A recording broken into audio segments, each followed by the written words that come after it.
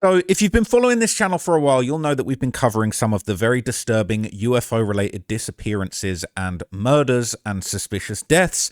And there's a lot of new things coming out every single day related to UFOs, unidentified aerial phenomenon, aliens, visitors, all these kinds of things. So in this video, I'm going to tell you about some of the darkest government alien programs that they've tried to keep under wraps, but information keeps on coming out. And essentially, there are specific locations where there's apparently research and information about extraterrestrial beings, crafts, visits that are really out there in America, and they're trying to cover it up. But they just can't. It's too much to cover up. All right, there's actually too much information keeps getting let out. Whistleblowers keep coming out, and I'm going to break it all down to you in this video. So the first thing that I want to talk to you guys about in today's video is this Skinwalker. Okay, this is Skinwalker Ranch. All right. This is a place in Utah. It's one of the most famous locations for paranormal activity and unexplained UFO sightings in the United States.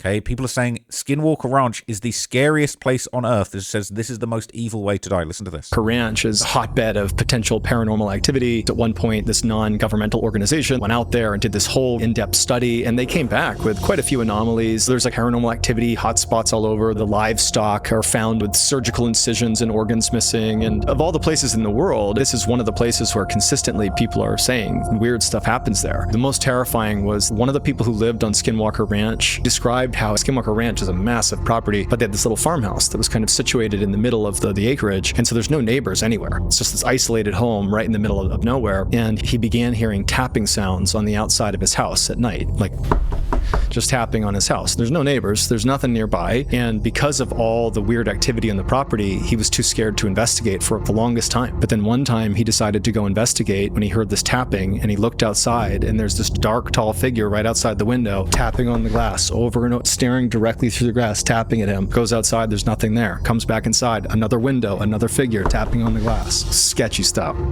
It's very creepy, right? It sounds paranormal. It sounds otherworldly. But apparently, okay, Skinwalker Ranch is a real thing, and apparently it's not a hoax. This is a real place where there's a lot of crazy sightings going on, and YouTuber Mr. Bolin basically broke down some of the history of this place and why it's not fake. Some call this location the most paranormal location on the planet. Others call this whole thing just a big hoax. But what is undeniably true, and frankly what makes this case so much more interesting, is that unlike the vast majority of paranormal stories and claims, this case was put to an enormous amount of scientific scrutiny. In fact, there was a decade-long study done on this case where PhDs and scientists converged on this one location and basically around the clock studied, all these claims of the paranormal that was happening in the area. And after a decade of research, the findings are pretty mind-blowing. And the case that I'm referring to is none other than the very famous Skinwalker Ranch. So the too long didn't read version of this story is you have a family that purchases a ranch out in Utah, and as soon as they move in, they start noticing some pretty bizarre things around their property. Everything from, some of their livestock going missing or being harmed. They have strange sightings in the woods of creatures and lights in the sky. They eventually report it to the news, and that news story gets picked up by a couple of other outlets. And a billionaire who is obsessed with researching the paranormal sees this story. He buys the property and installs an entire team of scientists and researchers to basically try to figure out what was happening at this ranch. And they spend 10 years studying this ranch. The outcome is, well, turns out some strange things really were happening there.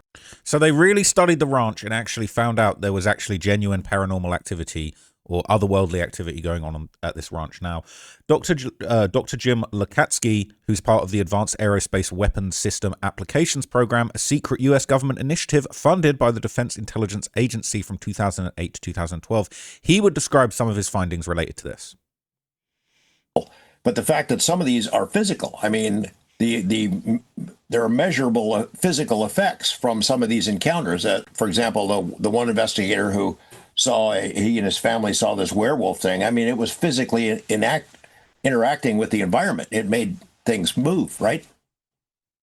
And it also, the one here in the Washington area, and that's why you have to say paranormal. I mean, what did it get in a train or plane and come to Washington?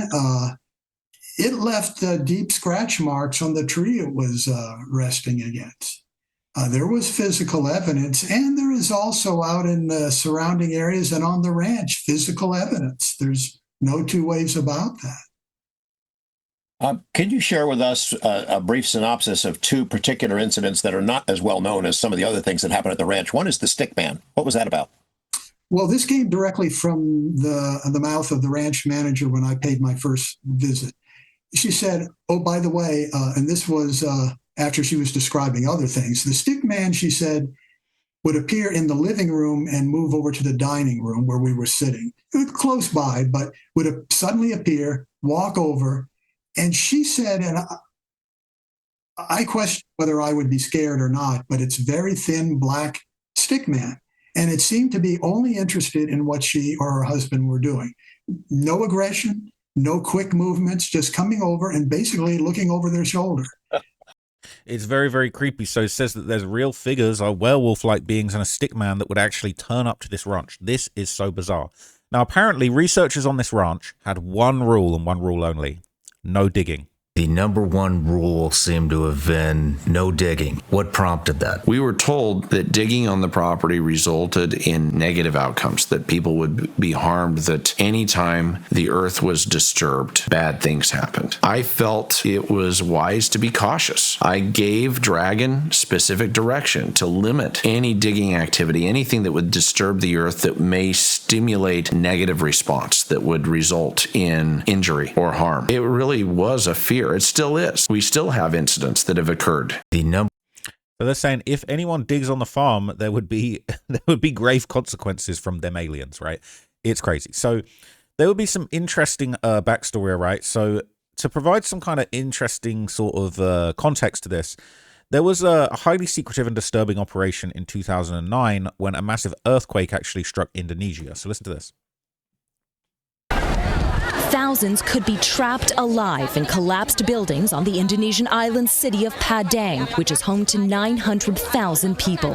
Authorities say untold numbers of homes, hotels, schools, and shops have crumbled to the ground. What we're hearing from Padang is sporadic and difficult to communicate. Communications are down, but what we have heard is that this was a huge earthquake. So huge earthquake there, right?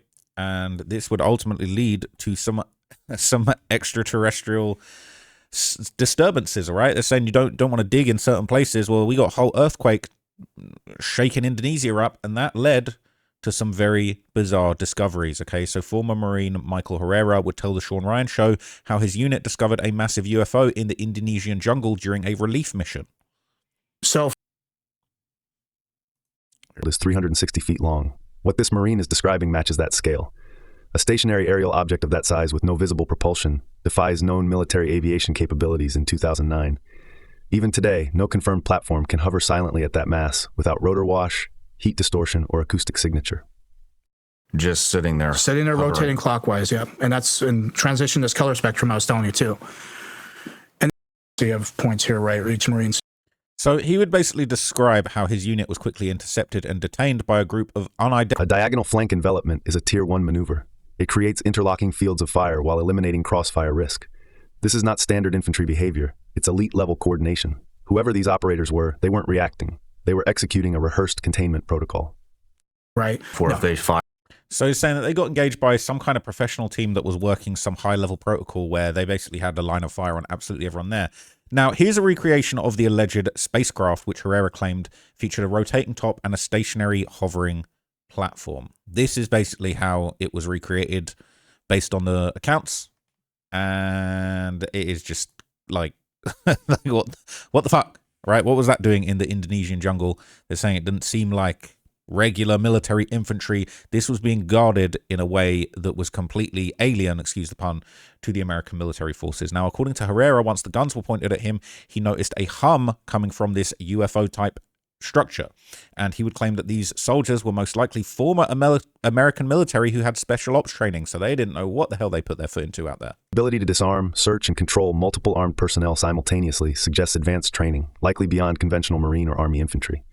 So they had training beyond conventional Army training, right? And they have an American accent. So this sounds like potentially some kind of UFO operation that's being kept in the Indonesian jungle, and the Americans are somehow in charge of it. It's crazy, okay? So apparently this group even was utilizing advanced devices that were far ahead of any known technology in the military. Describe it. It's like a biometrics tracking system. In 2009, biometric identification systems like BAT, Biometrics Automated Toolset, were restricted to high-value counterinsurgency operations. These systems could scan fingerprints, irises, and facial data in real time. If these operators carried advanced handheld tech resembling modern smartphones, they were operating years ahead of publicly known capabilities. So what it does is when you come across with an insurgent, you can take pictures of their face, their retinas, fingerprints, something like that. But they were trying to scan their IDs with this thing, and it wasn't working. So they're kind of getting frustrated with it. So they were scanning their biometric data using... Black is one of the darkest materials ever created, absorbing up to 99.965% of visible light. Originally developed for military and aerospace stealth applications, it eliminates reflection entirely. If this craft exhibited similar properties in 2009, it suggests either classified experimental materials or something far beyond conventional engineering. So they're using this Vanta Black, and apparently, you know, I've seen that BMW basically just looks invisible, just looks like a complete void. Now, there will be a sort of recreation of the alleged scene where this all went down. This is apparently what it looked like. This is this is what they stumbled upon. Okay, this is chilling, and then they were all held at gunpoint and told to give their biometric data over. It is spooky as hell. Now, their first thoughts when they stumbled upon this was that this might have been a drug smuggling operation, but Herrera would eventually realize the cargo allegedly consisted of human beings. YouTube. Traffic. Natural disasters create ideal conditions for human trafficking operations. Infrastructure collapse, mass displacement, and missing persons reports provide perfect cover. Intelligence agencies have documented spikes in trafficking activity following major disasters. If this account is accurate, this wasn't just a recovery operation. At first, it was a drug smuggling operation. Next thing you know, they thinking it's a human trafficking operation, or it could be some kind of extraction operation. But people saying, man, the guy doesn't sound like he's lying. He's going in deep detail and like he was drawing for his memory. They're saying the most successful propaganda ever has been to convince the masses that every person saying anything differing from the government must be crazy or lying. Okay. They said, word to the wise, if a UFO is discovered on your property, just leave it alone and don't report. The specialists will disrupt your life with threats and aggression. It is very, very spooky. Okay, this is just the latest like examples that I found of these, you know, contacts with alleged extraterrestrial beings, both at the ranch and in the Indonesian jungle, and I just think it's super creepy, okay? I think some people are saying that there might even be some new people that have passed away related to the UFOs. I'm going to be back tomorrow with some more updates about that, but for now, this is just what I found today that I thought was really interesting. So let me know what you guys think of that. I'll be back with some more breakdowns for you guys soon. Stay tuned. I'm having a little bit of a slower day today, and gonna probably go out chill with the homies after this. So yeah, appreciate you guys watching. I'm out for now. Catch you guys in the next video. Peace.